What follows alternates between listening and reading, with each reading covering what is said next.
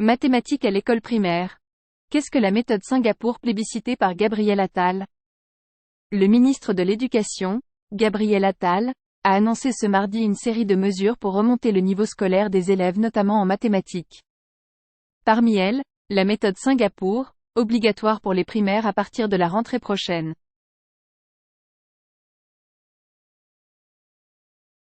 Une inspiration pour l'éducation nationale.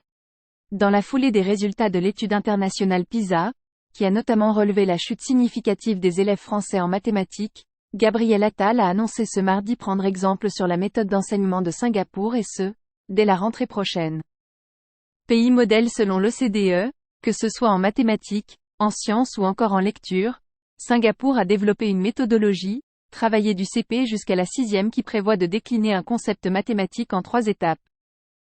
Elle vise ainsi à passer, du concret, avec la manipulation d'objets tels que des cubes ou des jetons, permettant ainsi de conserver l'attention d'un élève, à une seconde phase plus imagée, qui remplace l'objet par un dessin ou un schéma.